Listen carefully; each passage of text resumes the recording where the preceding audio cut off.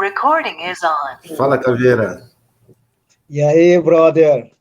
Tudo bem, camarada? Tudo jóia? Fala, Caveira. Com as famílias, né? Bom, essa é uma reunião do grupo que, por enquanto, tem um nome provisório de pensamento radical libertário. É uma mesa redonda e a ideia é aprofundar as discussões que nos leva, evidentemente, de teoria, que nos leva, evidentemente, à prática, né? Um tipo determinado de prática. A teoria sem a prática, ela é uma teoria cega, já dizia Lenin. Então, nós vamos discutir aqui a luta de classes. E tentar não só fazer discussão teórica, mas tentar mostrar como é que essa discussão mudou, né? E como é que o mundo mudou, como é que essa discussão, então, se insere nas lutas atuais pela transformação da sociedade. Enquanto o Rogério não vem, que é o Rogério que ia ficar na organização da mesa, então eu passo a fazer, se vocês não se importam, essa iniciação. Tudo bem? Tudo bem. Sim. Então tá, quem quer começar a discussão?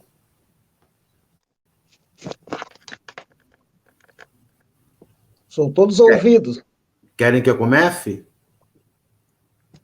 É uma boa se você começar dando um viés, assim, porque luta de classe é um tema bem amplo, né?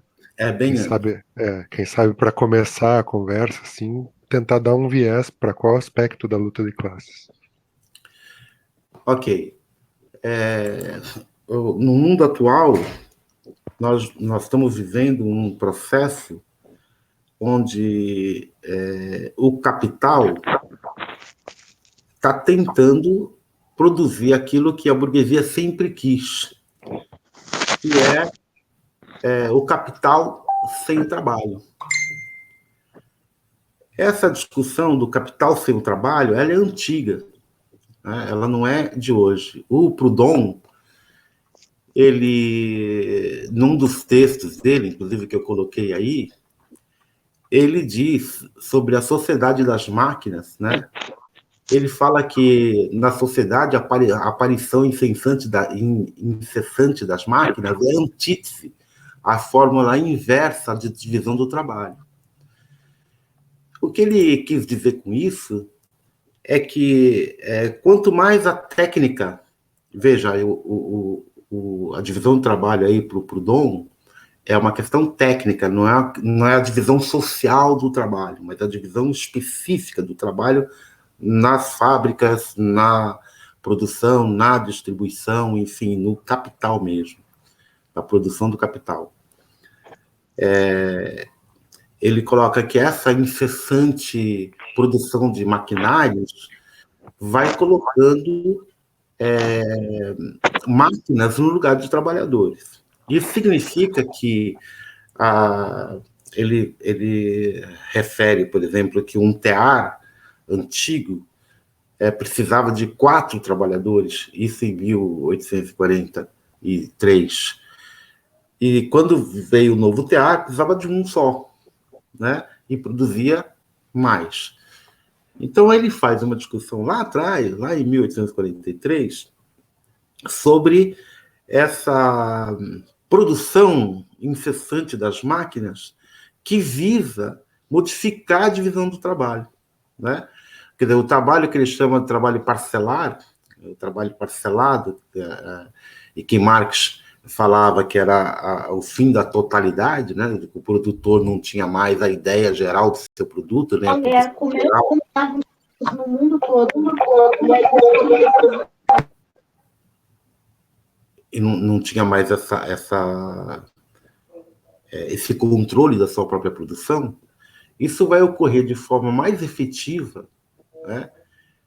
A partir do fim da Guerra Mundial, né, da introdução do processo dos computadores, do toyotismo, da reengenharia, e agora com a máquina de impressão tridimensional, né, 3 dimensão, nós estamos assistindo uma espécie de fabricação de um novo tipo de matriz econômica que coloca o trabalhador numa situação, ou modifica, para ser mais específico, modifica a situação das contradições da luta de classe.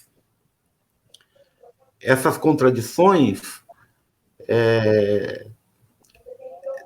faz uma relação de inversa proporção. Por exemplo, quanto mais tecnologia, mais miséria, mais pobreza.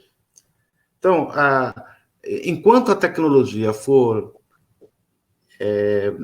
produzida pelo capital, e aí eu estou inferindo de que a produção da tecnologia ela já é uma produção voltada para o capital, quer dizer, a ciência ou o desenvolvimento das possibilidades tecnológicas, ela já está direcionada, ela não é anticontraditória, ela não é neutra, né? Ela passa por um viés do que é que eu vou investir, eu, capitalista, vou investir para produzir uma determinada máquina que me beneficie.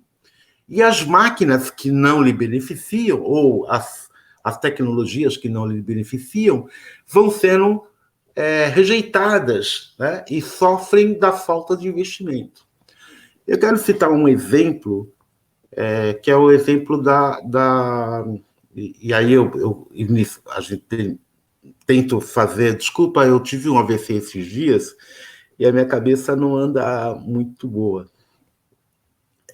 Vou citar o exemplo da máquina inventada por Thomas Edison, que é o mimeógrafo. O mimeógrafo foi inventado nos anos 1800. Mas como ele não servia ao capital, quer dizer, como ele não servia para a produção em massa de um processo de ganho econômico, porque ele podia ser usado pelo indivíduo, né? Tanto é que nos anos 70, tanto nos Estados Unidos como no Brasil, nós vamos ter o retorno do mimeógrafo. O mimeógrafo vai voltar à cena, né? Porque no Brasil a gente tinha ditadura militar, né? E nos Estados Unidos começa aquele movimento artístico que quer se livrar do capital, quer dizer, das grandes empresas editoriais, tal, e passa a fazer a poesia, né, e os escritos, tal, através do mimeógrafo. Então, o desenvolvimento de uma certa tecnologia que beneficia, por exemplo, a individualidade, a pessoa em particular, né, ele é deixado de lado. E o desenvolvimento tecnológico que beneficia o grande capital e que produz a grande utopia do capital, de que o fim da luta de classes dar-se-ia a partir do momento que se desnecessitasse do trabalhador, né, coloca uma questão urgente para nós, né? E essa questão que eu quero colocar é essa, para finalizar. Qual é, hoje, a grande antítese, para falar em termos marxistas, né, ou antitético, para falar em termos genealógicos, a grande contradição, os polos contraditórios das lutas de classe hoje, né? Quando nós vemos no mundo todo uma evolução tecnológica sem fim. No Japão, eu estava até comentando com o Henrique esses dias, que no Japão os caras inventaram a carne, né? Eles fizeram a carne através da impressora 3 dimensão, né? Claro que se eles estão fazendo a carne, significa que o tipo de agrário que nós temos hoje, com boi, blá, blá, blá, não, né, passa a inexistir.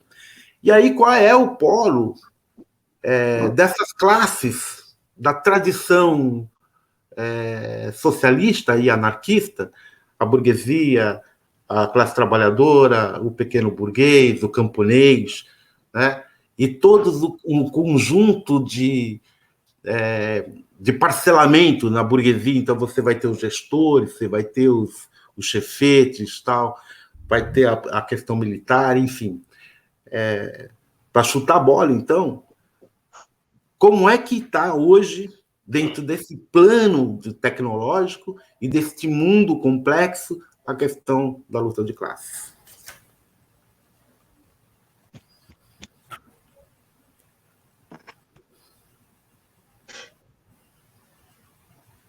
Está aberto aí, camaradas.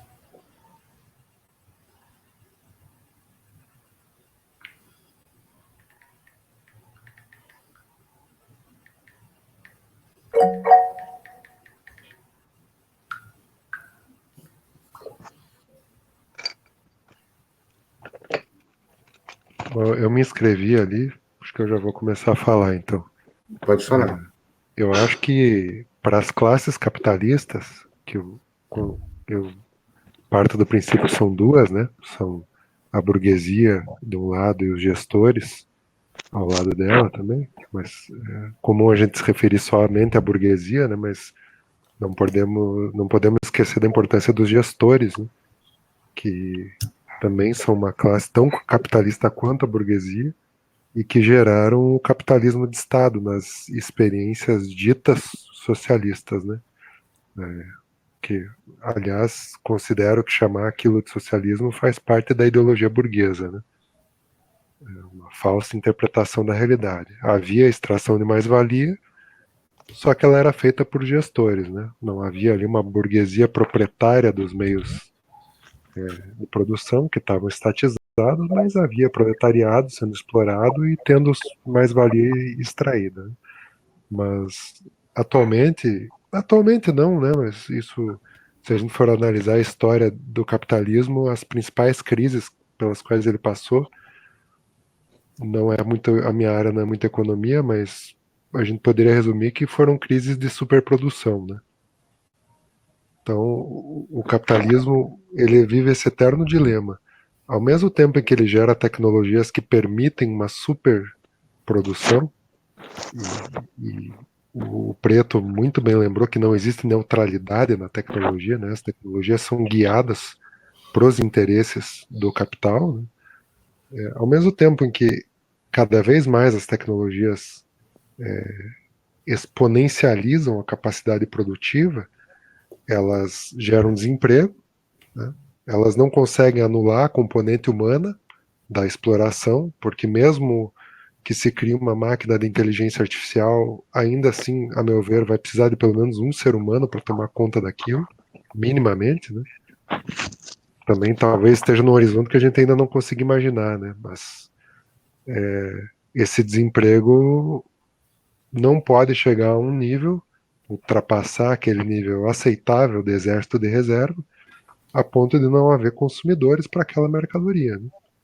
E não só a falta de consumidores, como o desemprego, a falta de ocupação do proletariado não pode se transformar em motivo de das instituições do capitalismo. Então, esse é o dilema. As forças produtivas aumentam e o capitalismo tem que tentar, a capacidade das forças produtivas aumenta e o capitalismo ao mesmo tempo tem que tentar manter intactas as relações capitalistas de produção, as relações sociais de produção sendo capitalistas, né? Inicialmente seria essa contribuição.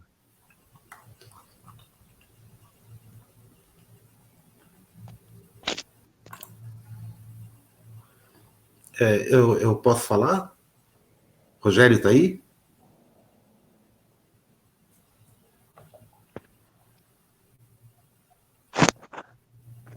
Eu só queria lembrar uma questão do Proudhon também, que é o que o camarada Henrique mencionou agora, que é o seguinte, que o Proudhon fala, isso lá em 1843, né, na Filosofia da Miséria. Ele fala que quanto mais as máquinas se desenvolvem, né, e menos trabalhadores, eles entram nesta contradição de que, na medida que o capitalista quer uma sociedade sem trabalhador, porque aí ele evita o problema da luta de classes entre capital e trabalho, né, ele entra numa outra antinomia, para usar os termos de Proudhon, que é a antinomia do seguinte: bom, mas o produto precisa ser consumido, precisa ser comprado, né? E a matriz econômica que está chegando agora, ela leva em conta essa consideração, mas da seguinte maneira: ela quer produzir o trabalho precário. Então, nós estamos diante de uma situação onde aquilo que... Aí eu quero dar minha posição sobre isso, aquilo que a gente chamava antes de lumpenproletariado, aqueles que têm trabalho precário, que se viram para conseguir alguma coisa, que não tem, que não dá mais para você fazer aquela discussão moral entre o trabalhador e o desempregado, quer dizer, o trabalhador e o marginal, o trabalhador e não sei o quê. E a gente entra num outro problema, que é o problema do seguinte: bom, se as classes trabalhadoras se transformam elas próprias, e isso já dizia a testa, nos defensores do capital, na medida em que elas se tornam corporativas, né? Então, o cara que produz o mármore de Carrara, né, para ele é importante, para ele manter o emprego dele, que a indústria burguesa, né, de produto supérfluo de mármore de Carrara permaneça. Da mesma forma que a venda de automóveis, né, tem um papel importante para o EQNE, tem um papel importante para o trabalhador metalúrgico. Então, esses nichos corporativos acabam fazendo com que a classe trabalhadora tradicional se transforme em corpos que defendem, em nome da sua vida, quer dizer, do seu bem-estar. Eu não estou fazendo uma crítica à classe trabalhadora em geral, mas em nome do seu bem-estar, porque ele é polo permanente da relação capital e trabalho. Já a nova situação, onde os trabalhadores precários, por exemplo, os trabalhadores que são entregadores hoje, entregadores de aplicativo, né? Daqui a pouco nós temos drones. Esses caras vão ter que fazer outras coisas. Os caras vão entregar a comida ou a bebida por drone, né? Na janela do apartamento, e você pega o QR Code, mostra e já paga o treco e envia para você e acabou, né? Os carros automatizados. Então, nós estamos vivendo uma situação onde que as reformas econômicas e sociais já não dão conta do processo de desenvolvimento do capital. E que as propostas dos grupos de esquerda não conseguem perceber uma mudança da matriz econômica que está acontecendo hoje. Se, por um lado, é importante fazer o sindicalismo, por exemplo, e aí eu quero me referir ao texto do Malatesta sobre o sindicato, esse sindicalismo ele tende a ser reformista, ele tende a negociar com o patrão, ele tende a produzir um processo de manutenção da sua relação de trabalho. Então, ao mesmo tempo, a luta de classes, quando isso acontece, ela é esvaziada, se ela não vem com uma crítica venal, né, do processo de negociação e também da localização da exploração, da localização do lugar desse trabalhador. E, ao mesmo tempo, como é que nós vamos produzir, por exemplo, uma luta para que essas pessoas compreendam, né, que no polo entre capital e trabalho, né, ele é o polo que o capital está o tempo todo tentando se desfazer. E que não adianta ele ser corporativo dentro do capital, que é preciso, então, planejar uma outra questão. E quem são, então, os polos principais dessa antítese nessa nova situação? Né? Já que, por exemplo, do ponto de vista do Estado, aqueles que se colocam contra o Estado do ponto de vista prático são os bandidos, né? Os marginais, aqueles que roubam tal. Mas do ponto de vista prático também, ele é capitalista, quer dizer, ele rouba para entrar no mercado capitalista, para se tornar um capitalista, enfim. Eu estou tentando complicar a situação para que a gente possa pensar em como e quais os instrumentos que nós temos hoje para discutir essa nova situação.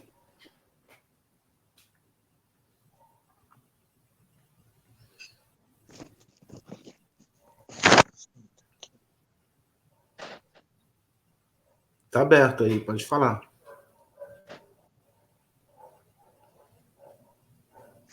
O seu microfone está desligado, Chicão.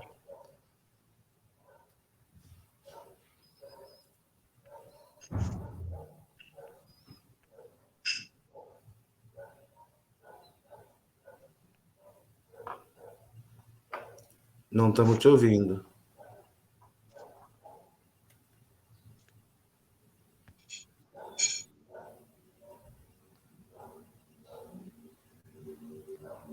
Talvez seja alguma configuração do próprio computador do Chicão que deixou o microfone dele mudo.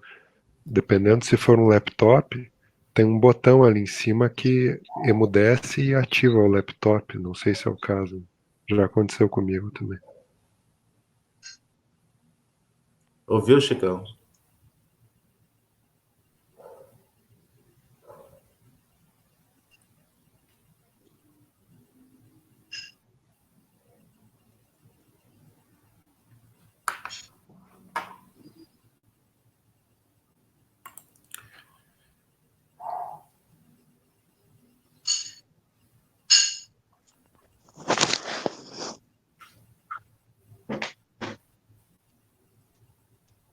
E aí, Chico, tá interessante? Estou ouvindo aqui de rabo de olho. O Chicão, tu não está conseguindo ter voz aqui. Aconteceu alguma coisa aí na sua configuração.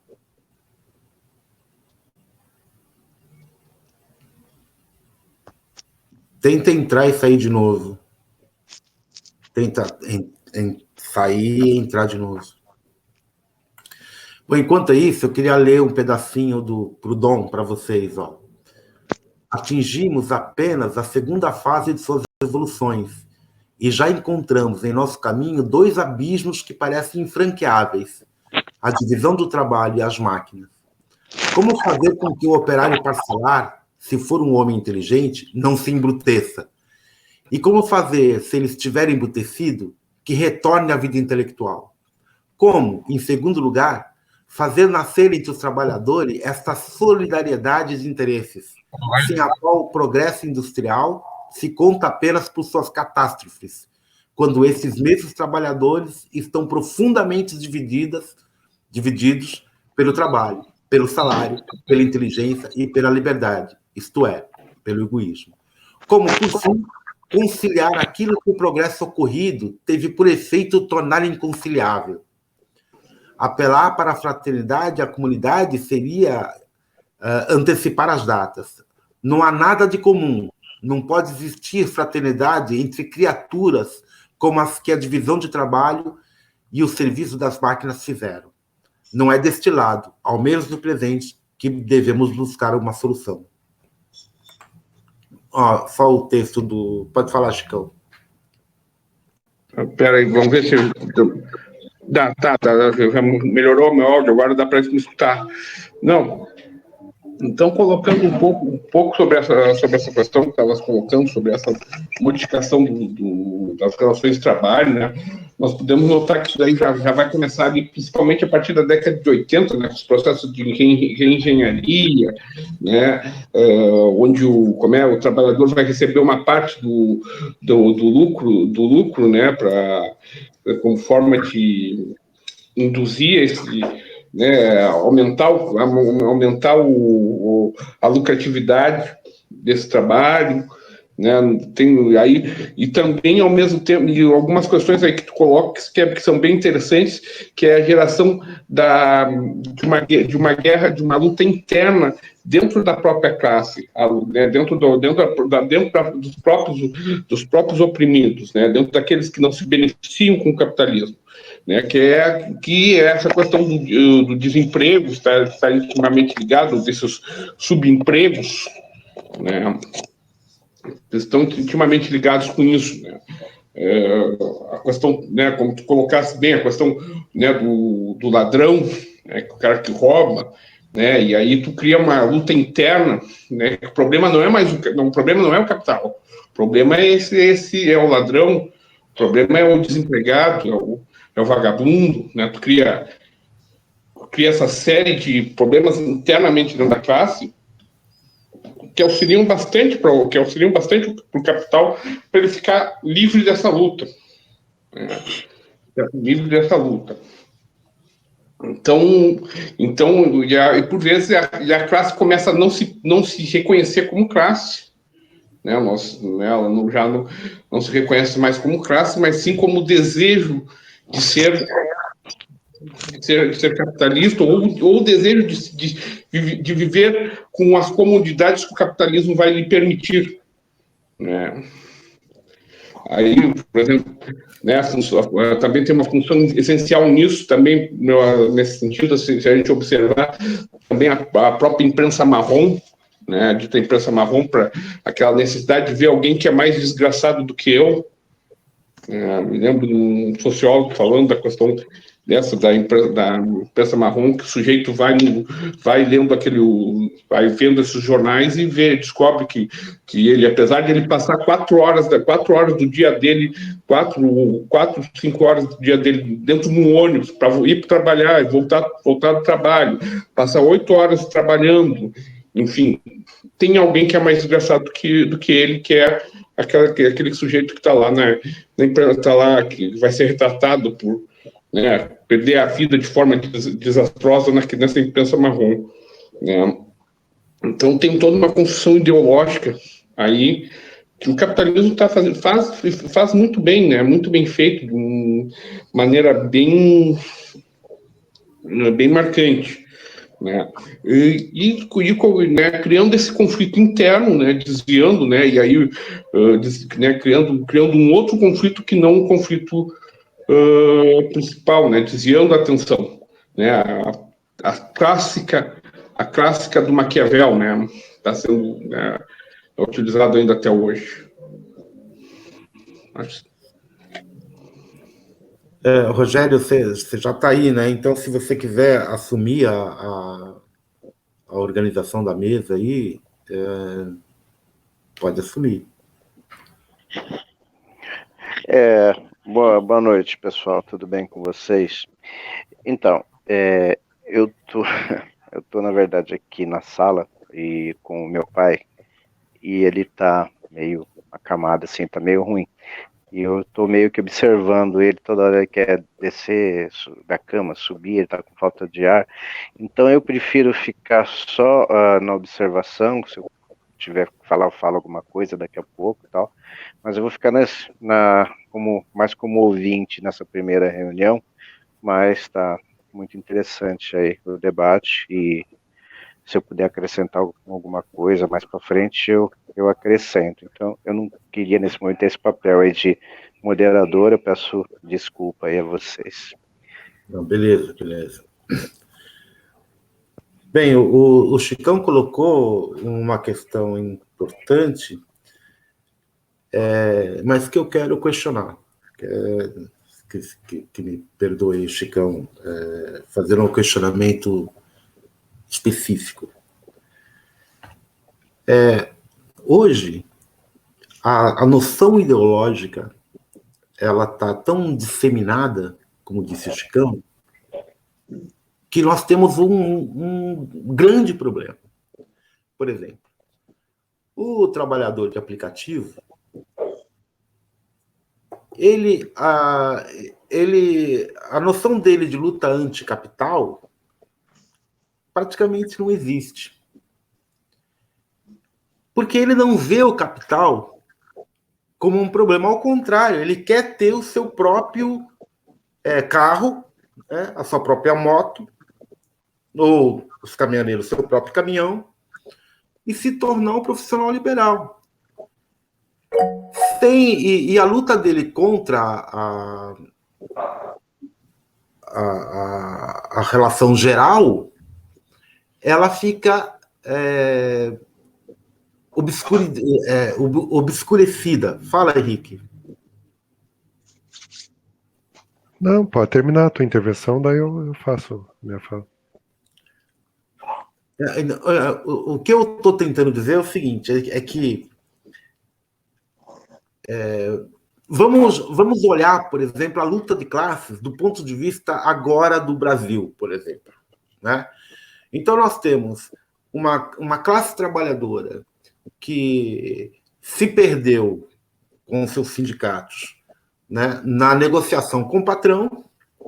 Do outro lado, nós temos os trabalhadores precarizados que lutam para sobreviver e cuja intenção é ganhar mais e ter a sua própria...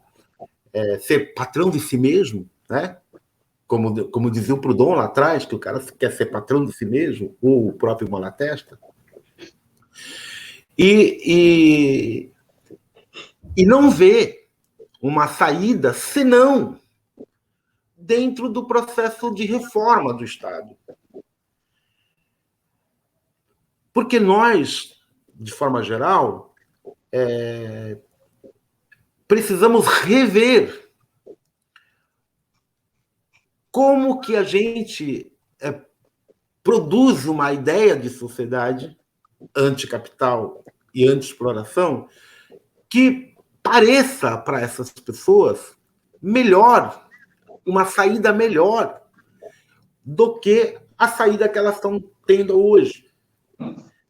E isso eu acho que a luta de classes ela tem esse papel, porque quando nós colocamos que a luta de classes ela porque existe, porque a noção de luta de classe em geral é uma noção vazia, né? A luta de classe, bom, luta de classe. Não, ela tem o seu rastro, né, dentro de uma contradição de uma sociedade que explora, onde tem um grupo explorador e um grupo que é explorado. No entanto, esse grupo explorado hoje, né, se dividiu de forma trágica. E agora nós estamos precisando repensar em como nós podemos produzir essa luta, ao mesmo tempo apontar para um caminho factível para essas pessoas que não seja um caminho da reforma. E aí eu acho que a gente devia pensar um pouquinho mais na questão da tecnologia e na questão da mudança da matriz econômica,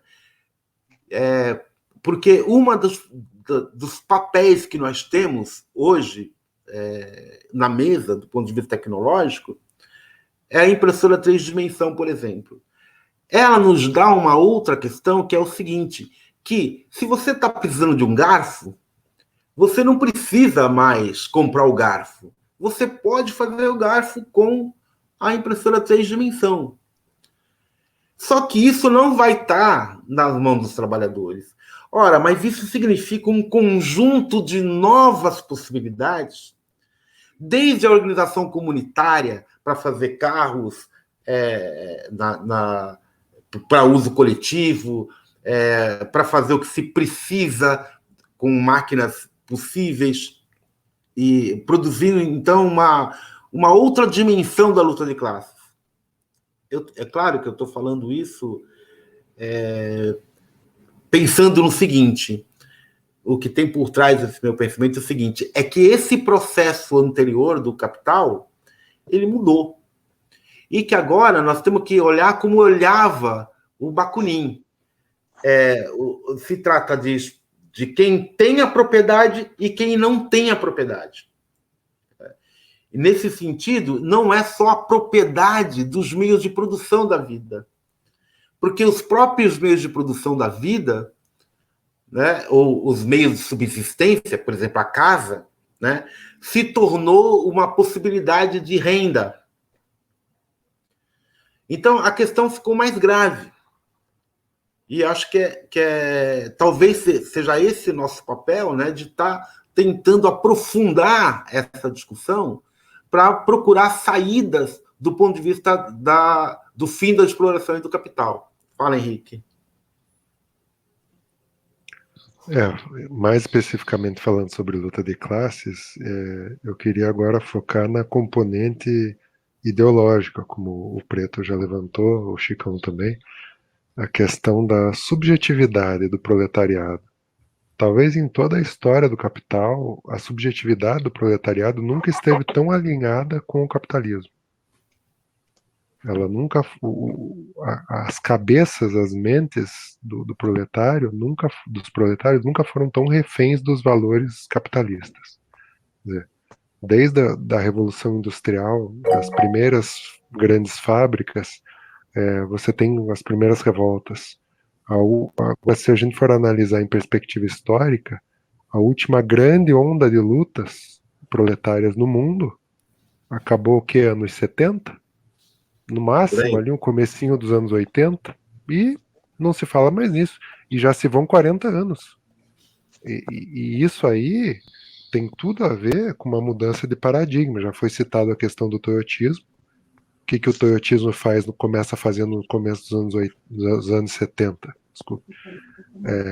Ele pega aquela massa de proletários que estavam no chão de fábrica e começa a criar pequenos núcleos e dá a eles rendas diferentes, tarefas diferentes, e começa a explorar a componente intelectual do trabalho. Não só se o Caveira puder fechar o microfone ali, eu agradeço. Começa a explorar a componente intelectual, começa a engajar o proletário num compromisso com a empresa, com a burguesia, né? Então, o proletariado ali, ele começa a deixar de ver o patrão como inimigo, como algo a ser combatido, e ele passa, para usar as palavras de hoje, a ter que vestir a camisa da empresa. Qualquer empresa hoje em dia vai tratar o trabalhador como um colaborador, vai tratar o sindicato como um colaborador. Isso tudo está na componente ideológica. O que é a ideologia burguesa? Em resumo, assim, de forma bem simples, a gente poderia tratar a ideologia burguesa como a capacidade que a burguesia tem, por meio de seus aparatos, seus aparelhos, de fazer o todo da sociedade crer que os valores da burguesia são os valores de todo mundo. Então todo mundo tem que estar disposto a defender aqueles valores. Isso já é uma realidade nos locais de produção. Talvez seja a primeira trincheira que a esquerda, que se preocupa em superar o capitalismo, numa sociedade melhor, deva se preocupar. Eu vejo que isso no local de produção isso já é uma realidade. E talvez essa ascensão mundial de alguns partidos de direita com viés fascista, de extrema direita, aliás, seja uma tentativa de engajar o proletariado no resto das suas vidas. Quer dizer, você lá na empresa, você veste a camisa. Você fora da empresa, você tem que ser nacionalista, você tem que ser patriota, você tem que colaborar com a economia. Você não pode pensar só em você enquanto classe. Você tem que pensar em você enquanto indivíduo. O capitalismo, uma das grandes inovações que ele traz, que se diferencia do feudalismo, é a mobilidade social. Ele sempre vai explorar essa componente. Não, você pode ganhar na loteria e virar burguês.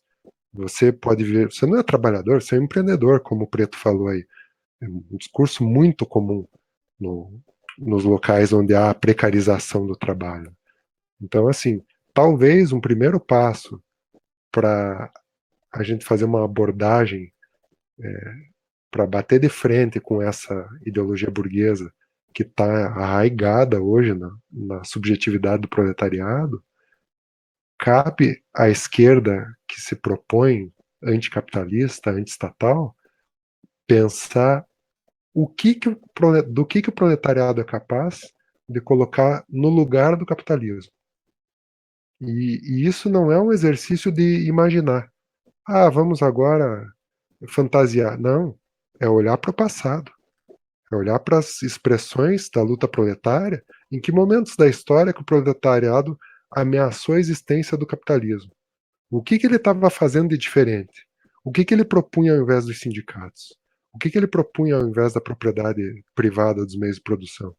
O que ele propunha ao invés da democracia? Né? Como que, nesses pequenos episódios, aí pode citar os soviets, os conselhos proletários, o sindicalismo revolucionário na Espanha, como é que esse pessoal, naquela época, e já se vão 100 anos ou mais em alguns episódios, né, ou quase isso, como é que esse conjunto do proletariado, que naqueles momentos atingiu talvez o ápice da consciência de classe, de sua classe, né, como é que ele estava pensando essa nova sociedade? Quais eram as, entre aspas, ou não, instituições que ele estava querendo colocar no lugar das instituições burguesas? Então, acho que talvez um primeiro esforço para a esquerda anticapitalista seja isso. Tentar olhar para o passado e depois voltar a olhar para o presente e, bom, diante das tecnologias que a gente tem hoje, do que o proletariado seria capaz hoje, diante das tecnologias de hoje e dos desafios que elas nos impõem. Fala, João. Oi, boa noite aí para quem chegou. Então, acho que é importante o resgate que o camarada fez na fala anterior da questão histórica, que o Preto também já tinha colocado na questão da tecnologia. Eu acho que além dessa necessidade de fazer o resgate histórico, que vai para além especificamente da organização da classe trabalhadora, mas passa pela questão tecnológica e pelos métodos de dominação do capitalismo, a gente tem que entender que o desenvolvimento histórico ele gera tanto a nível tecnológico como a nível de organização de classe necessidade de novas experiências e novas respostas. A gente pode ir lá atrás, buscar no sindicalismo revolucionário, buscar no conselhismo, buscar no cooperativismo antes dele degenerar vários pontos que a gente pode reutilizar, só que aquelas formas organizacionais elas são compatíveis com aquele período histórico. Não tem como a gente transportar para essa realidade concreta, atual. Assim é a questão da tecnologia. Hoje a tecnologia ela está num estágio que ela cumpre um papel específico para esse momento histórico. E aí eu concordo com a fala anterior também, que ela articula em duas instâncias, que seria a nível da infraestrutura de garantir a dominação econômica e os aparatos repressivos, e a nível da superestrutura dessa questão ideológica. A todo momento a gente está sendo bombardeado a nível subjetivo e ideológico através da tecnologia. Praticamente 24 horas a gente está ligado tecnologicamente. Independente da pandemia, hoje a gente está para uma ferramenta tecnológica. E isso vai criando dentro da coletividade uma nova relação com a própria tecnologia. Eu acho que isso é o grande enredo a grande linha enredada que a esquerda se colocou, que eu acho que é uma questão histórica mesmo. Eu acho que hoje a gente não conseguiu digerir todas essas transformações históricas que a gente teve, sei lá, da década de 70, 60 para cá. Foi praticamente a gente teve vários saltos históricos a nível tecnológico, a nível produtivo, a nível da luta de classes. E aí, voltando para encerrar na questão dos trabalhadores e no exemplo que o Preto colocou, referente à da galera que hoje trabalha com MEI ou que trabalha com aplicativos, eu concordo em parte, porém eu acho que a questão não é de uma ideologia que volte a acreditar na transformação social radical, na ruptura com o capitalismo. Eu acho que historicamente nunca funcionou dessa forma. Eu acho que hoje falta entender e a construção e que se dá na prática mesmo, tipo, de entender a dinâmica de organização desses setores e criar novas formas organizacionais, que não vão surgir de um dia para o outro, não vão surgir a partir de um grupo, porém essa necessidade, eu acho, dos grupos, coletivos, indivíduos que se colocam a pensar a luta de classes,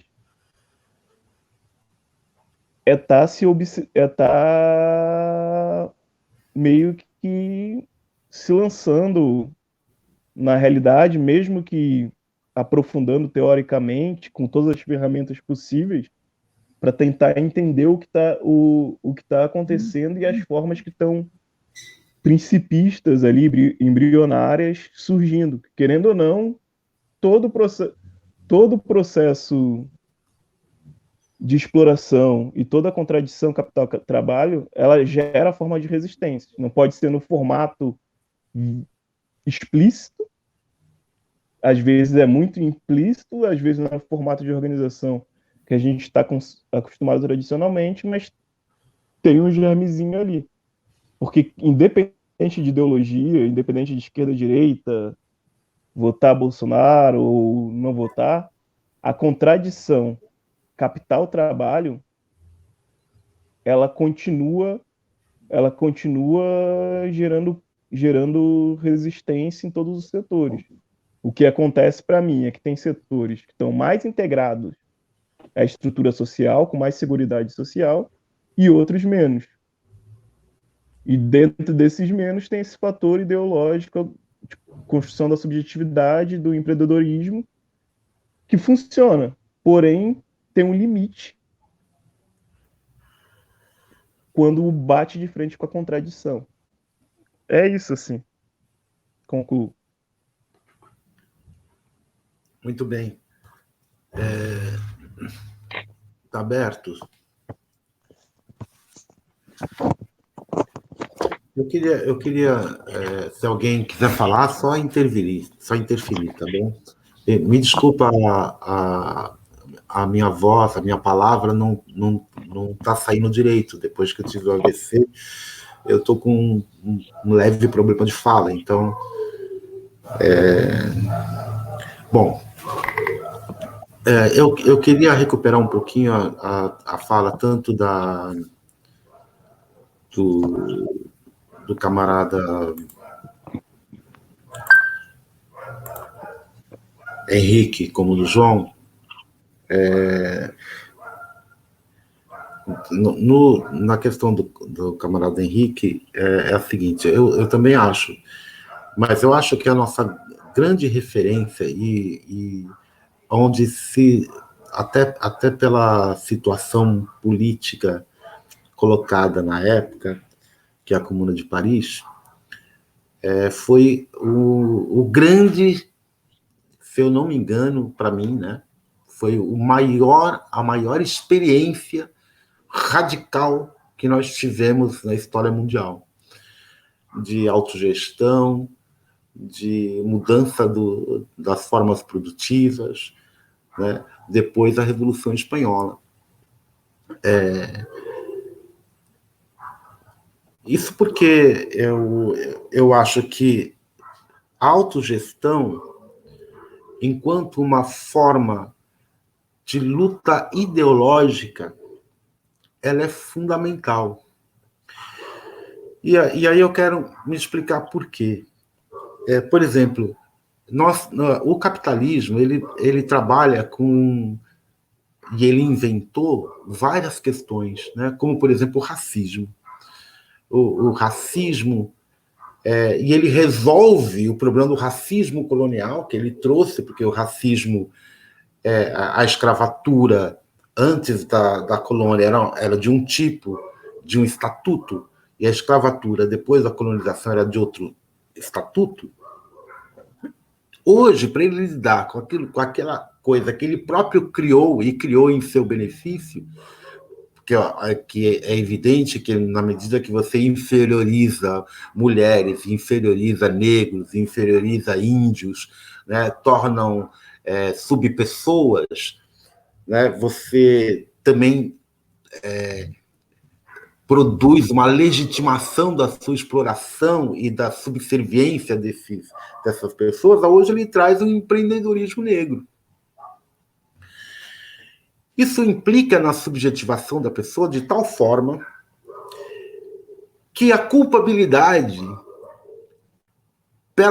por ela não conseguir ser um empreendedor de sucesso é dela, não é do capital, é dela. O Fanon já dizia, né, que não só o Fanon, a Milcar, enfim, quase todos, que a questão não é integrar o negro ao capital, né? A questão deveria ser outra, né? É a luta contra o capital. Mas como é que o negro vai fazer a luta contra o capital? Por exemplo, eu estou falando dos negros porque no Brasil, em toda a América Latina, o Brasil é o lugar que concentra o maior número de negros, né, proletarizados da América. Então, aqui, o papel do negro e o papel do índio no processo da luta de classes é fundamental. E aí eu tô querendo colocar uma outra questão,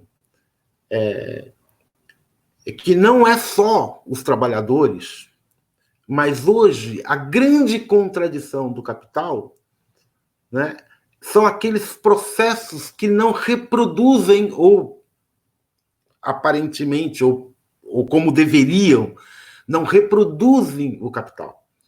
Não reproduzem as relações sociais do capital. Como, por exemplo, o processo indígena. Então, para mim, hoje, se antes a gente tinha como componente da luta principal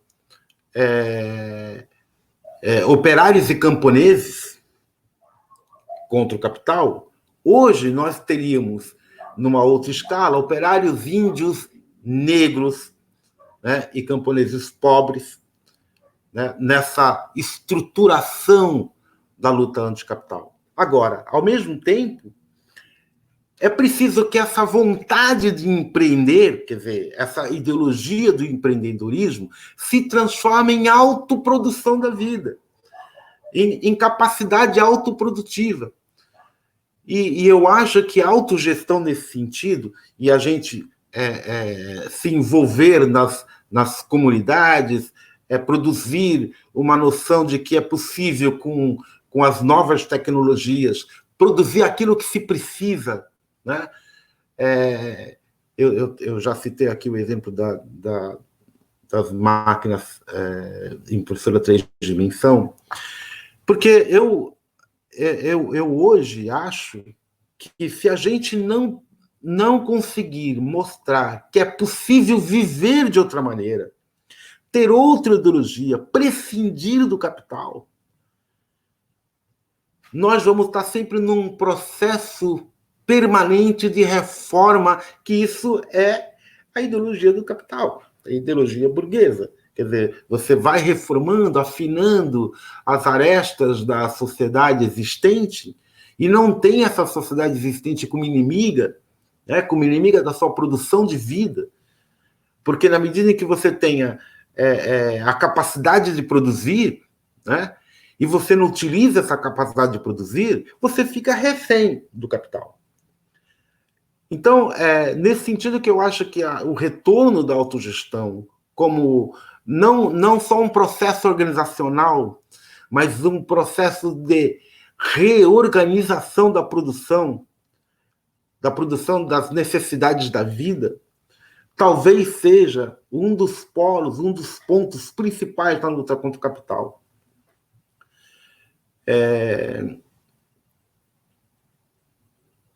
A Comuna de Paris, eu tinha citado a Comuna de Paris, porque a Comuna de Paris, o que ela fez? Né? Ela destruiu de um dia para outro todas as estruturas do Estado. E ela passou a organizar coletivamente o trabalho. Claro que aquelas condições não se repetem, como disse o João, né? Elas não se repetem mais. Mas a forma de organização legado da Comuna de Paris, que depois a Revolução Espanhola reproduziu, e no início também a Revolução Bolchevique, ela tem essa componente de autoprodução. Se nós não recuperarmos esse processo de luta contra o capital, no processo de luta contra o capital, de mostrar que é possível produzir a vida sem estar refém do capital, nós vamos estar com um problema para conseguir discutir com essas pessoas que entregaram suas vidas, que necessitam das suas vidas, né, as condições de viver. Né? E essas condições de viver estão vinculadas a essa subjetividade que o Klaus disse, que e nunca foi tão forte, essa subjetividade capitalista, da ideologia do capital, que traz uma contradição. Ora, se ela é responsável pela produção da sua vida, ao mesmo tempo, se ela não consegue porque o capital a impede, a relação não é com o capital, a relação é de culpabilidade. Então, a culpabilidade tem um processo fundamental, né? Ela é fundamento dessa situação colocada para o trabalhador. Se ele é desempregado, a culpa é dele. Se ele está fudido, a culpa é dele. Se ele não consegue empreender, a culpa é dele. Se ele não tem dinheiro e a moto dele está ruim e ele não consegue entregar mais, a culpa também é dele, porque ele não cuidou da moto, enfim. Então, se a gente não trabalhar com essa questão do afeto e da culpabilidade, né, nós não vamos estar combatendo a ideologia burguesa. E como é que a gente pode combater essa ideologia a partir dessa subjetividade, senão autopromovendo a organização do trabalho e da produção e das condições necessárias para a vida? Né? E essa é a questão para nós, né? Como é que a gente vai sair desse enrosco na medida em que, se você se auto-organizar e se auto-organizar como uma empresa, por exemplo, você passa na relação externa, você passa a ter uma relação com capital, ou seja, você passa a ser mais um processo explorador, de reprodução do capital. Então, é preciso quebrar a fonte de reprodução do capital. A Rosa Luxemburgo já dizia que a questão do capital, ele precisa se reproduzir. Ele precisa se reproduzir as relações sociais, ele precisa se reproduzir como forma de vida, ele precisa se reproduzir como organização da vida e dos sonhos, do pensamento, das convicções. Então, é por isso que eu acho que nós estamos num outro momento da luta de classes, onde a luta contra o capital não é apenas uma luta política, mas, como dizia o Proudhon, é uma luta social de reorganização da sociedade, né? A partir dos polos organizativos possíveis para nós, por exemplo.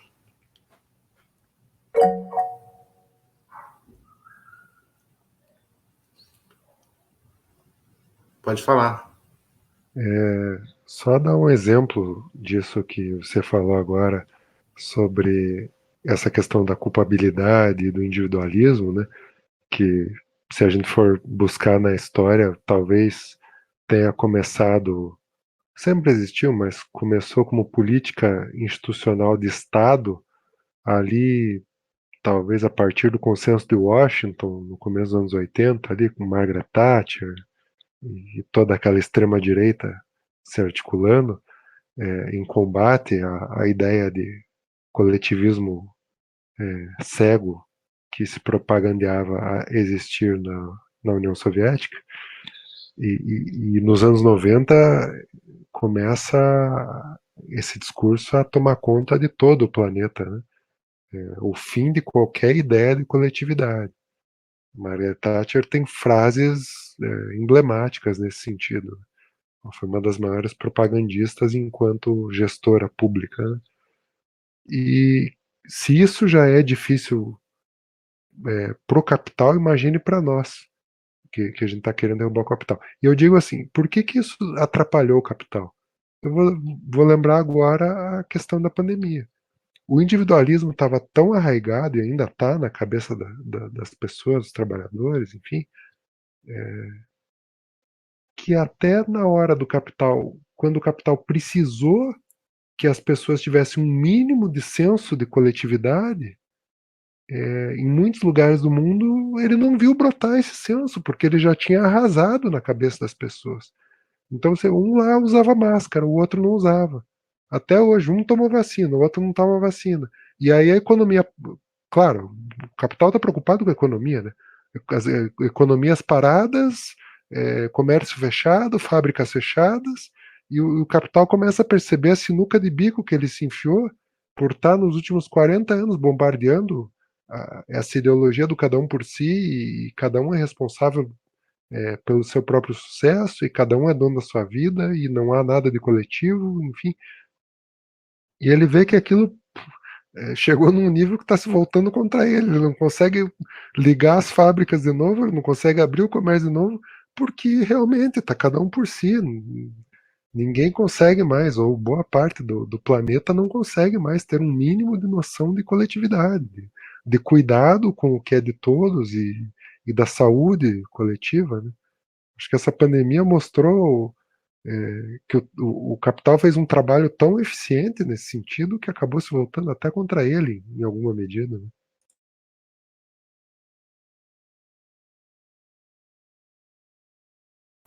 Sim, verdade.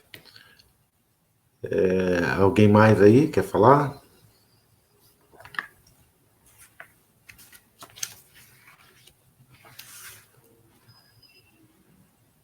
Eu queria lembrar aos companheiros o seguinte: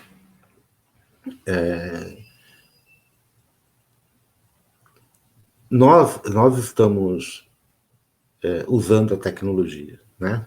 Nesse momento aqui, ou pelo menos a tecnologia comunicativa.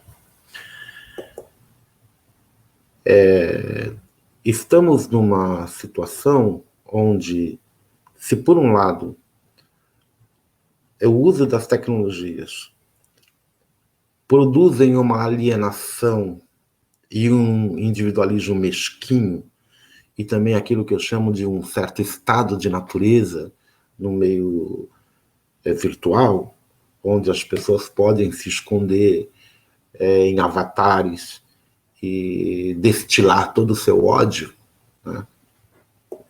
Toda a sua crueldade.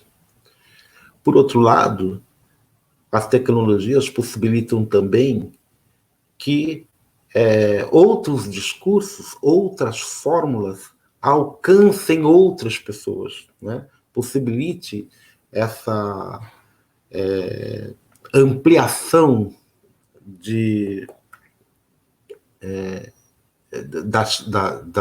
dos dizeres anticapital. Ora,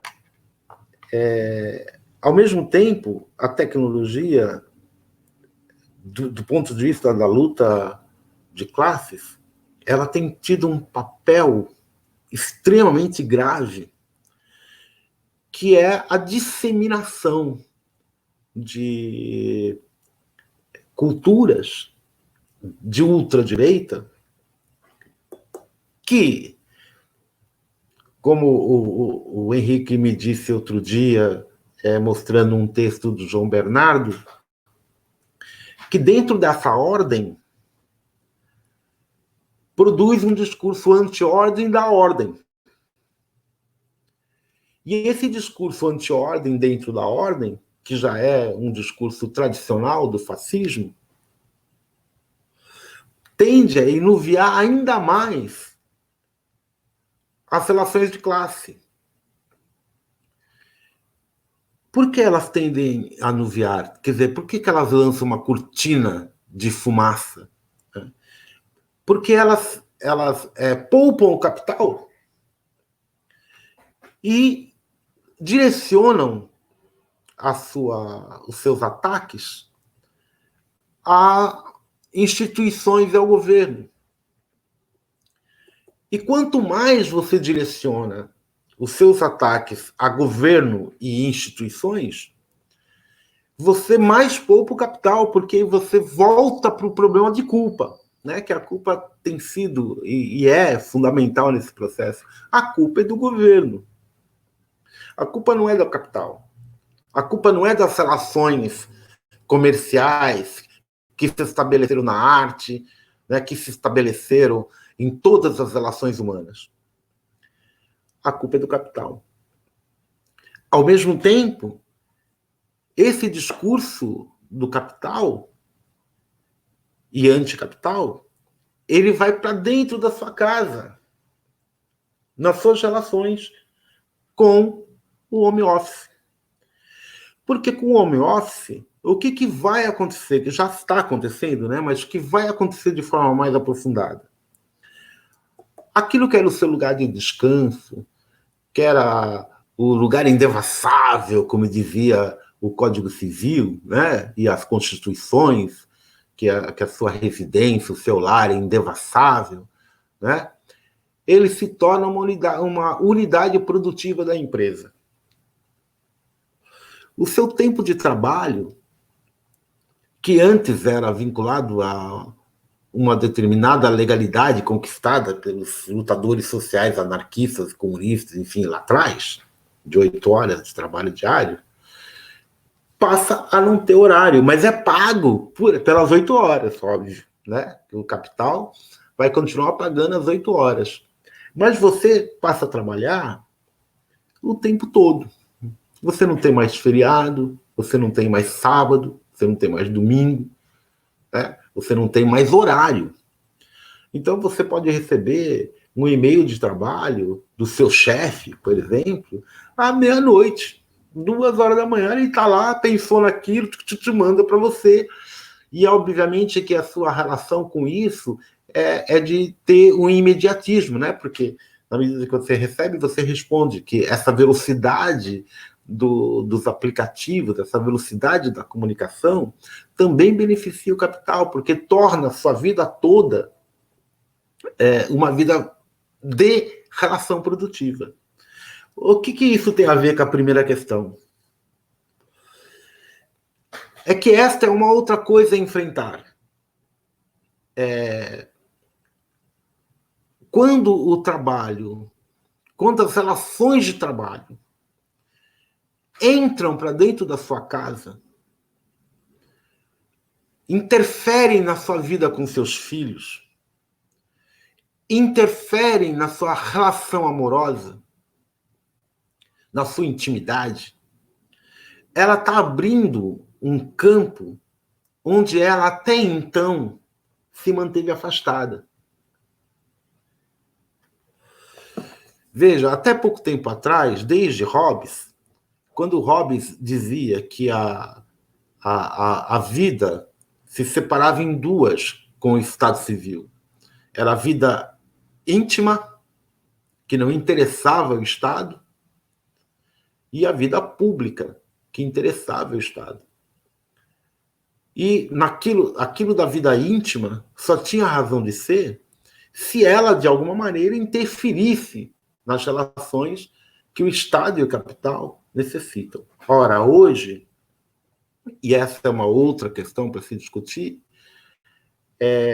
essa relação entre o que é público e o que é privado, em que o que é doméstico e o que é social, para fora da sua casa, ela está desfigurada. Né? E aí, com isso, os discursos da direita, da ultradireita, entram também dentro da sua casa. Não mais só com você, mas com o seu filho, com a sua companheira. Ao mesmo tempo, quebra a relação de afetividade, quebra a relação dos afetos íntimos, né? E tornam esses afetos possíveis de ser atravessados pela relação do capital. Se já era possível com a monogamia, com a relação do casamento contratual, né? E aí não vai nenhuma crítica a quem é monogâmico, porque essa é uma outra questão, essas relações passam a ser de um cunho onde subjetividade e objetividade, quer dizer, o externo e interno, são devassados. Esse novo patamar da luta de classes, por que um novo patamar? Porque, segundo eu, claro, né, antes, essa relação na intimidade deve ser apartada. Agora, essa relação já não está mais apartada. O capital, ele não só entra e toma parte significativa da sua vida, ou quase toda ela, como torna também a sua própria casa uma unidade produtiva. E isso vai ter repercussão nas relações com as crianças, com seus filhos, na relação com seus pais, na sua relação com a sua mulher, com a sua companheira, com o seu companheiro. Enfim. E essa é uma outra dimensão que nós vamos ter que pensar em como que a gente denuncia essa intromissão, essa introdução do capital nas suas relações mais íntimas. Porque isso tem a ver com aquela produção da subjetividade que o Klaus e o Chicão tinham dito antes. Essa relação da subjetividade, essa produção dessa subjetividade, tem a ver com, agora, transformar a sua própria casa, quer dizer, o seu lugar mais íntimo, mais pessoal, em unidade produtiva.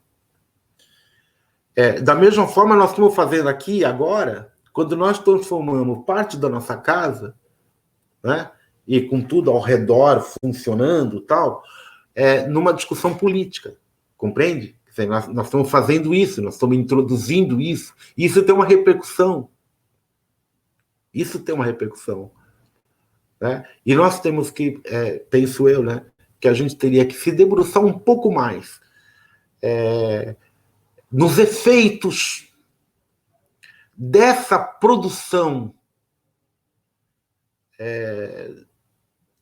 das relações capitalistas dentro da sua intimidade, além de nas relações fabris, nas relações comerciais, na distribuição de mercadoria, assim por diante. Eu penso que a gente deveria se debruçar um pouquinho mais sobre essa questão, até porque ela pode ser, amanhã, relações muito complicadas e muito difíceis de combater. Está aberto.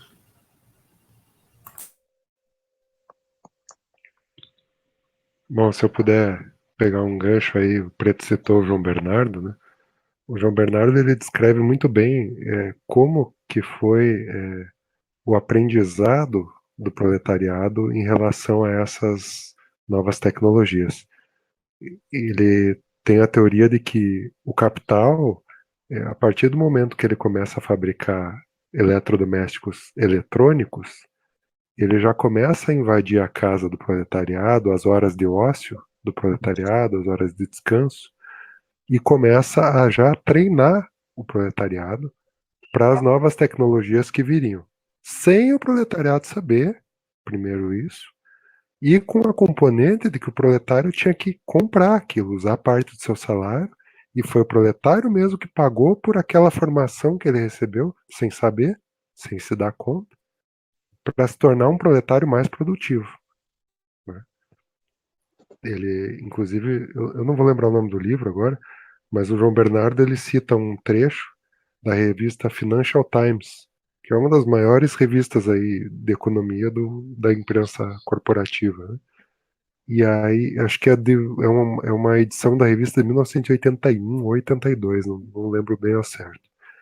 E aí a Financial Times afirmava o seguinte: o desafio que se coloca para o capitalismo agora, quando estão surgindo os primeiros computadores, né, as primeiras formas de informatização da produção, a Financial Times tinha a seguinte teoria: o desafio que o capitalismo está tendo que lidar agora, que ele tem uma massa de proletários acostumados com chão de fábrica, com máquinas, com a mecânica das máquinas e não com softwares e programação, enfim.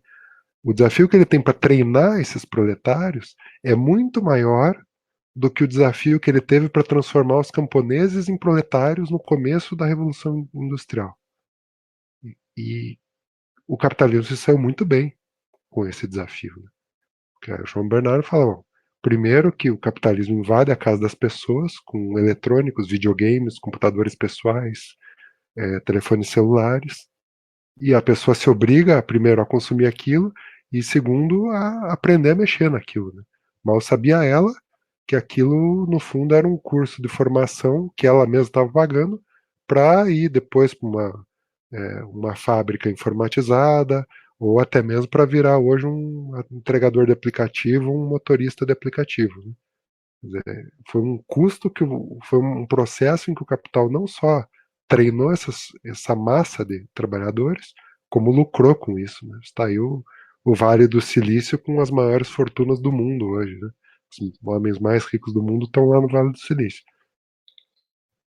E ainda em cima do que o Preto falou da questão da tecnologia laboral invadir a casa das pessoas, não é da minha época, né, mas eu cheguei a assistir alguns episódios, me lembrou aquele desenho dos Jetsons, né, dos anos 60, em que o chefe da família lá, como se apresentava, né, o homem como um chefe da família, ele trabalhava apenas 1 hora por dia, 2 dias por semana.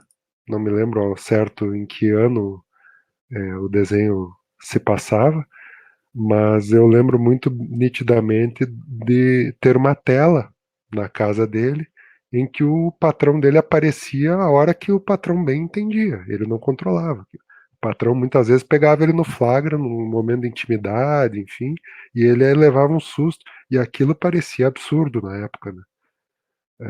Bom, isso já se concretizou. O que não se concretizou foi a jornada de 1 hora por dia, 2 dias por semana, né? Longe disso.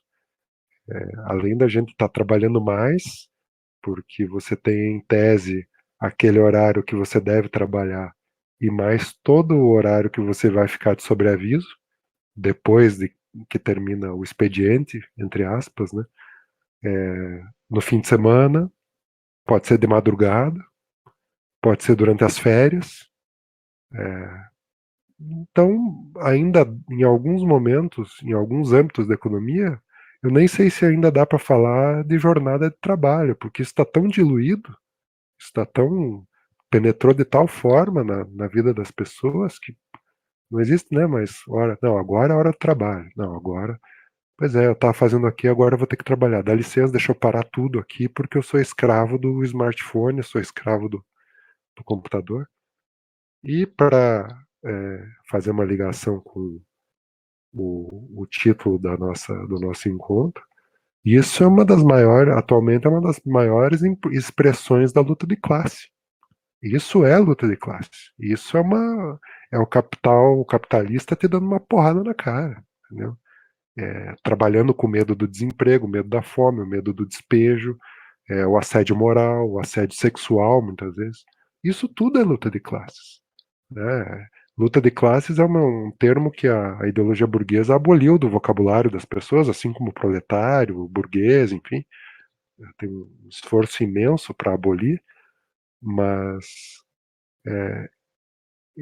tá no nosso dia a dia. É a fila do posto de saúde, é a fila para matricular o filho na escola pública. Tudo isso é luta de classes. Então, um dos papéis também de quem se propõe anticapitalista talvez seja recordar. Olha aqui, ó, você nunca mais ouviu falar em luta de classes, mas você tá nessa luta mesmo sem saber. Você tá levando soco na cara várias vezes por dia, todos os dias nesse sistema, entendeu? Não tem como fugir. Você pode achar que não, mas você tá. Você tá e tá apanhando feio.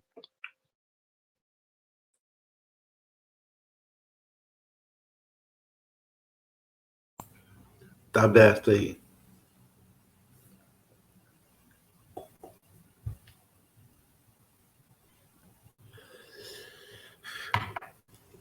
Não, esse processo, até aproveitando então um pouco, né, e eu acho assim, uma coisa que também foi o capitalismo não só apagou isso, apagou as utopias coletivas, né? Ele transformou as utopias coletivas em utopias individuais dentro do próprio modelo, né? Que é aquela ideia vou ser rico um dia, né? Foram transformadas em distopias, né? Umas utopias extremamente individualizadas.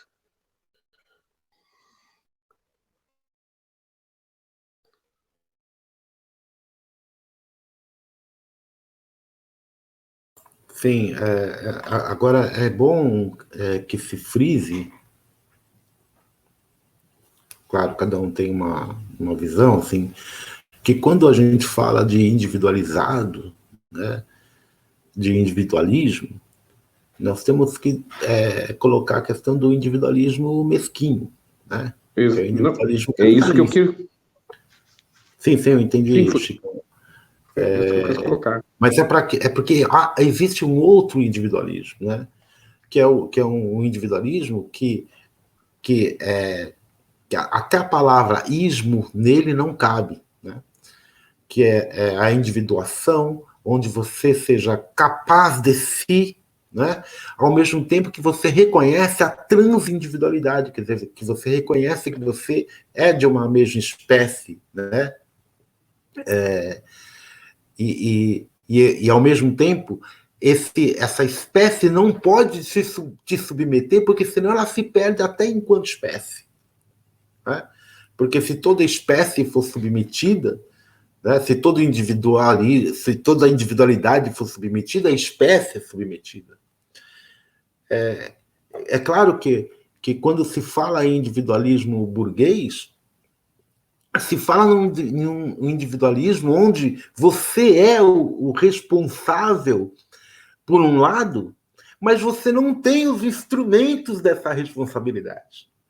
Você não tem os instrumentos de produção, né? Então, é o individualismo fajuto, de mentira, né? Porque, na verdade, você depende do patrão, daqueles que têm os meios de produção, para poder garantir a sua individualidade.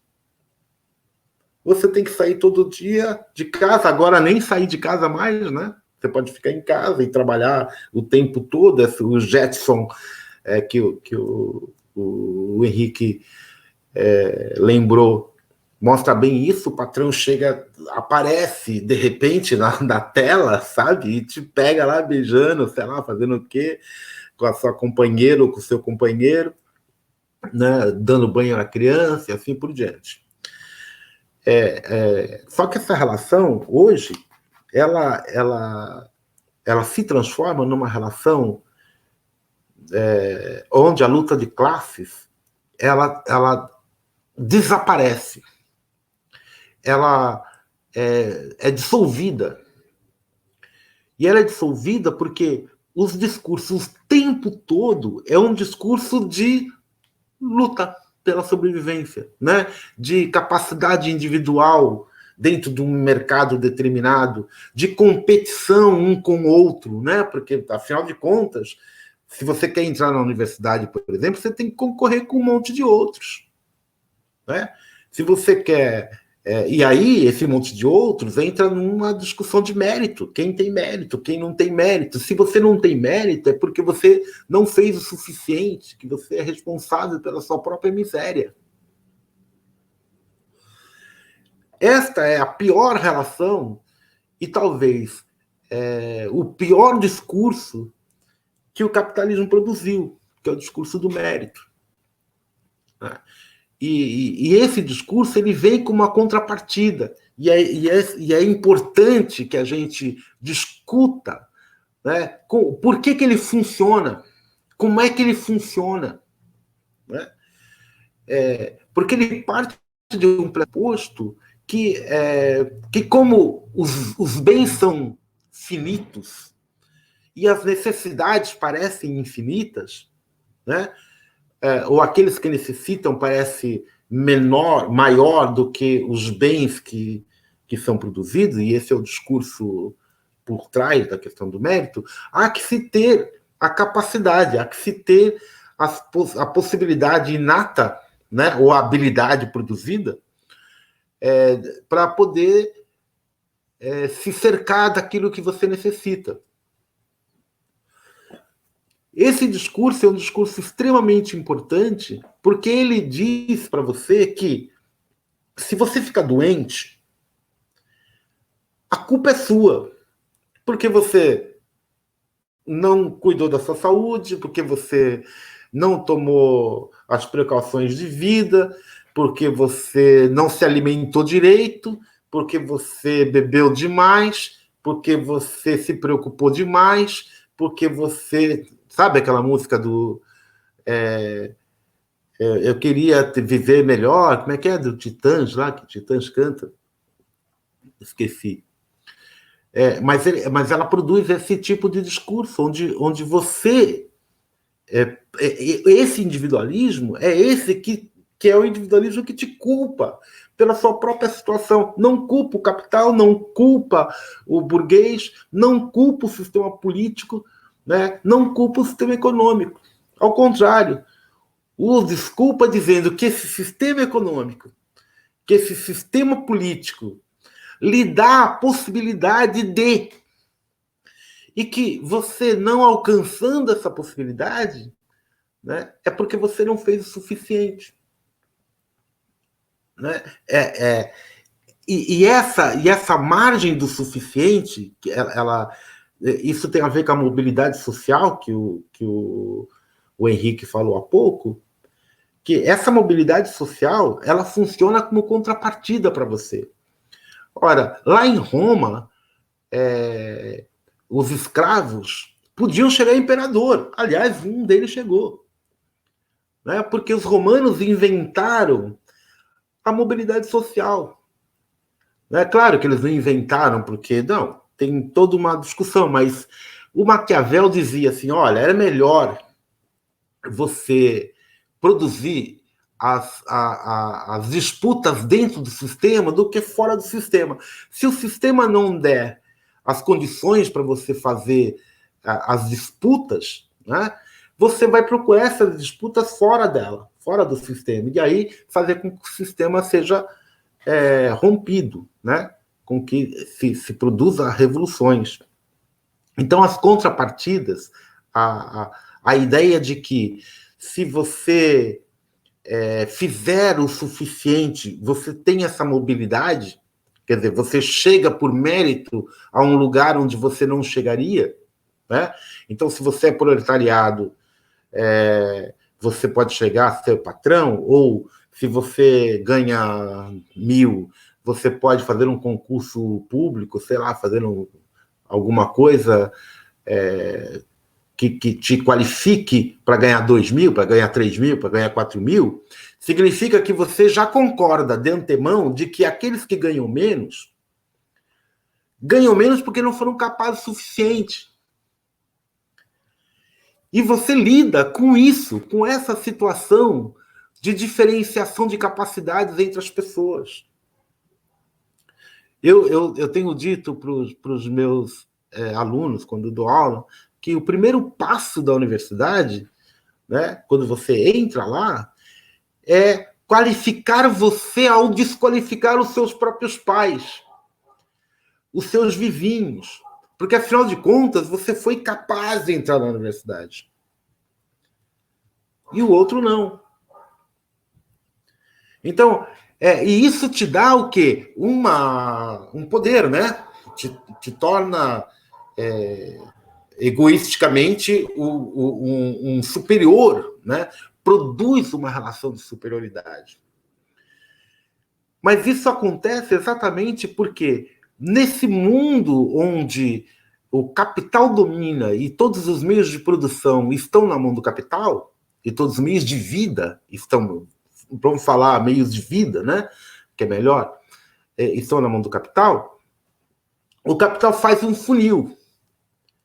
E você se acostuma com esse funil. Ora, é esse funil que nós temos que denunciar. Porque é esse funil que possibilita com que você aceite a contrapartida. Que você aceite aceite primeiro a culpa, né? E segundo, o mérito, né? Que andam extremamente juntos.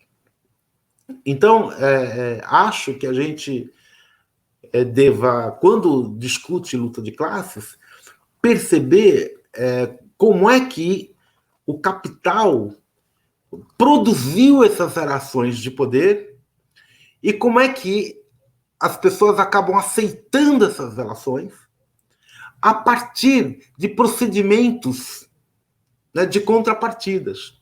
Olha, você fica nessa situação, mas eu te dou isso aqui se você conseguir. E se você conseguir, você fica melhor do que o outro que está ali embaixo.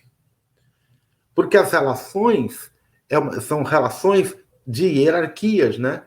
Onde você vai subindo nas escalas hierárquicas, né? E se tornando cada vez mais capachos do poder e do capital. O poder funciona como uma relação fundamental, porque ela faz com que você aceite as relações. Eu vou citar um outro exemplo. Eu sei que é um exemplo tardio, antigo, mas importante. Os gregos, eles votaram em assembleia na Grécia Clássica, em assembleia, né? na Ágora, votaram a escravidão por dívida. O que significava a escravidão por dívida? Significava que se eu devesse, eu ia me tornar escravo. Mas qual era a compensação? Se alguém me devesse e não me pagasse, essa pessoa ia trabalhar para mim, ia ser escravo meu. Essa era a compensação. E como a relação de endividamento tinha a ver com a relação de empobrecimento geral, todos aqueles que tinham a possibilidade, e eram todos proprietários de terra, pequenos proprietários, eles pensaram, isso é legal, né? Porque, afinal de contas, muita gente não me paga e eu não tenho instrumento contra essas pessoas. E aí, ele, claro, ele vai sempre pensar que ele não vai cair naquela situação.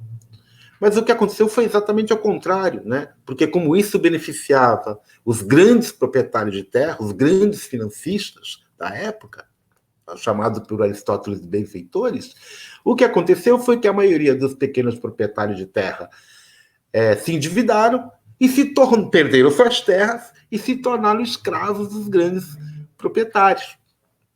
Até que Solon, né, e outros acabaram com a escravidão por dívida, mas não acabaram com a tomada da terra. Quer dizer, como um meio de compensar, né, a relação de dívida. Olha, esse é um mecanismo de compensação. Isso que eu chamo de contrapartida. Né? Ele tem que te convencer que dentro de um processo democrático, por exemplo, se você perder, né, você tem que obedecer. Mas em compensação, se você ganhar, o outro tem que obedecer. Compreende? Essa é a contrapartida. de forma alguma você vai esperar que, por exemplo, eu não preciso obedecer aquilo que eu sou contra, por exemplo. Né? Isso se tornou uma ideologia tão natural que você vê em todos os partidos políticos, por exemplo. Né? Em todas as assembleias de bairro, em todas as assembleias de trabalhadores, né? Que é a introdução da relação maioria-minoria. Ora, para nós discutirmos a luta de classes, nós temos que discutir qual é o papel que ela tem na submissão das vontades individuais. Porque quando ela submete as vontades individuais, ela também submete as vontades coletivas. Enfim, desculpa, eu passei do... Tá aberto aí. Bom, gostaria de fazer uma fala final, então, com base no que o Breto falou, mais em relação a essa ideologia da meritocracia, né, que é uma mentira gigantesca, de que o burguês é burguês porque se esforçou mais ou porque trabalhou mais e que todo mundo e merece ser multibilionário e passear de foguete sozinho pela órbita da Terra, né, como a gente viu aí esses tempos, porque ele é uma mente iluminada, enfim. O que mais me chama a atenção nesse processo de aceitação do discurso meritocrático por parte de um proletariado com consciência em refluxo, né, como é atualmente, ou praticamente sem consciência de classe nenhuma, é que o capital consegue engajar o proletariado na manutenção do sistema. De que forma? Bom, você ganhava R$ 1.000. Agora, vem aqui, você vai sair desse cargo, você vai mandar nos teus ex-colegas, você vai começar a ganhar 1.200. Beleza? Não, beleza. Então, assim, nada é de graça, né? Nada é de graça. Por um lado, o capitalismo está dando mais R$ 200 por mês para esse sujeito. Por outro, ele está engajando um sujeito na manutenção daquele sistema, tá? Impelindo aquele sujeito a defender o sistema como é, porque compensa, em tese, né? Compensa, um sistema desigual compensa, e está engajando aquele sujeito a convencer os seus subordinados de que é possível ascender na hierarquia e que todo esforço é compensado, será compensado. Né? Além disso, o que é preciso ressaltar também é que a ideologia ensina a gente, a ideologia burguesa ensina as pessoas a enxergarem classe como faixa de renda. Então, não, tem a classe A, tem a classe B, tem a classe C. Não, isso tudo é ideologia, mentira. Né? Você pega essas equipes de farmacêuticos, de cientistas de farmacêutica aí que bolaram essas vacinas contra a Covid-19, vamos supor que era uma equipe lá de 20 cientistas em algum núcleo lá que descobriram uma vacina da Oxford, da AstraZeneca. E vamos supor que cada um desses 20 cientistas tenha ganhado 1 milhão por isso, ou 10 milhões por isso. Pô, são ricaços, são burgueses. Não, são proletários. Estavam trabalhando para alguém, estavam gerando riqueza. E, não só isso, eles são muito mais explorados do que um trabalhador de chão de fábrica. Porque se você for ver o quanto que a indústria farmacêutica faturou, bom, eu dei 1 milhão para cada um, mas faturei trilhões. Quer dizer, quanto maior a especialidade e maior o potencial produtivo do proletário, mais ele é explorado. Né? Então, é difícil enxergar isso, mas isso precisa ser dito. As classes não se baseiam em faixa de renda, se baseiam no papel que a pessoa ocupa na produção. Né? Era isso.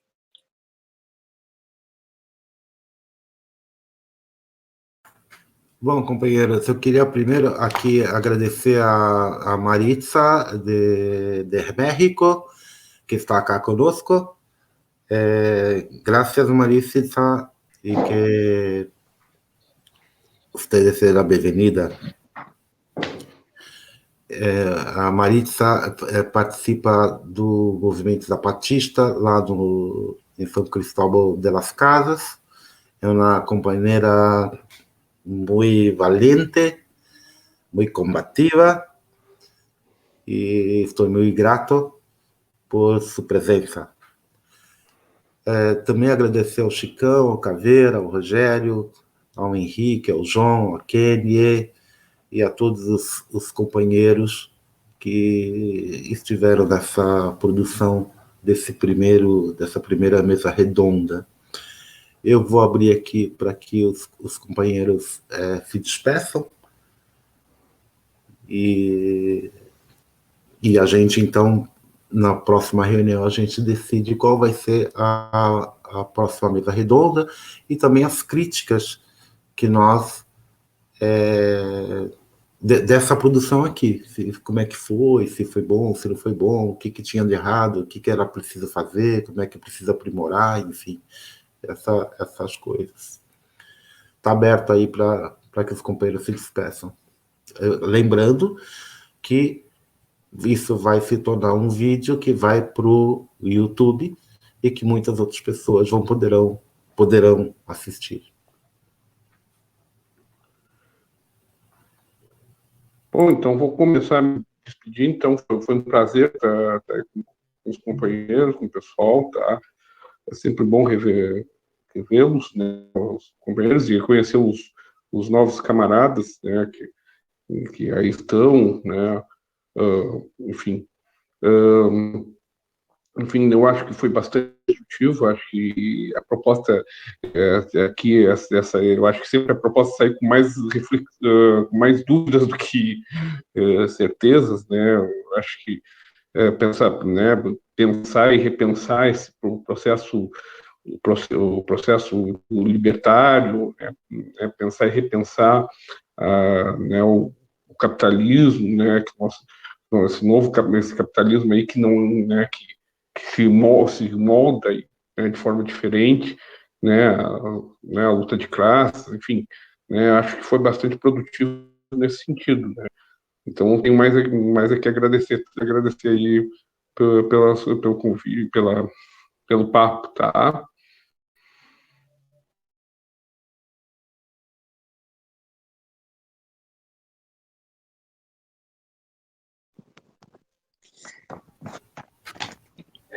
Olá, bom, eu da minha parte aqui, embora não tenha me presenciado muito, manifestado quase nada, mas para mim foi muito esclarecedor e produtivo ouvir opiniões aí dos camaradas aí, das companheiras também.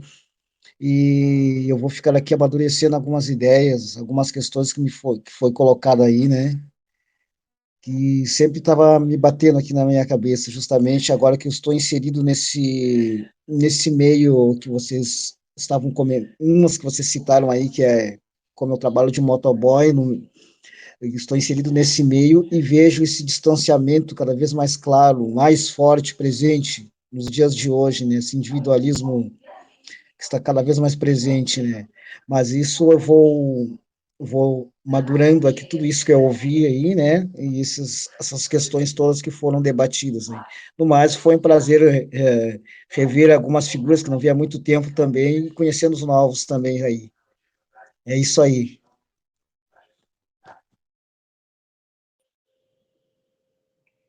Bom, gostaria de me despedir agradecendo a oportunidade aí de poder fazer essa troca de ideias, escutar outras ideias também. A gente falou tanto em tecnologia, né? Acho que esse encontro também significa que a gente, de alguma maneira, usou um pouquinho dessa tecnologia em prol dos nossos interesses de classe, né? E certamente, mas sempre lembrando que se a gente está podendo se reunir dessa forma nesse momento atual é porque a gente ainda não está incomodando o suficiente, né? Então, assim que a gente começar a incomodar, o capital vai tirar isso da gente, com certeza, né? E a gente vai ter que criar outra forma de nos manifestar, mas enquanto a gente está conseguindo, vamos aproveitar ao máximo que a gente puder. Abraço a todos. Continua aberto, companheiros.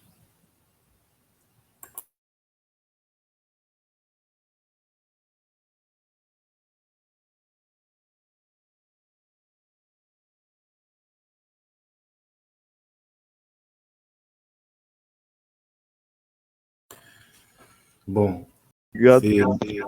fala. Não, pode falar aí. Não, eu estava esperando alguém falar, pode falar.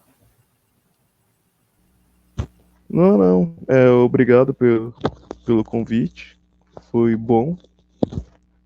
Eu acho que esses espaços são importantes para a gente fazer uma troca mesmo de tanto conhecimento, mas como perspectiva mesmo do que a gente está esperando, querendo ou não, a gente expõe o que está frustrando a gente, assim. Eu acho que é isso. Aí na próxima é nós. Valeu.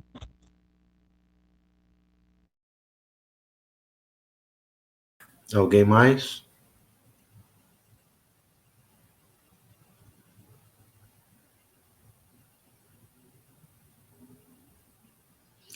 Bom, então, se alguém mais quiser falar, pode me interromper e se despeça. Vou agradecendo a todos, lembrando que o pensamento radical libertário não tem a intenção de se tornar ou se organizar do ponto de vista político partidário. Ninguém aqui é candidato, ninguém aqui tem outro interesse senão o interesse de produzir a discussão e aprofundá-la, e que isso fique bem claro o tempo todo, porque nós, as pessoas que estão aqui, são pessoas que estão na luta social e têm pensado essa luta social na medida que a pratica. Então eu quero agradecer a todos e esperar que a gente tenha, de alguma maneira, contribuído para ter um zumbizinho no ouvido e que as nossas certezas não sejam mais tão fortes. Um abraço. Até mais.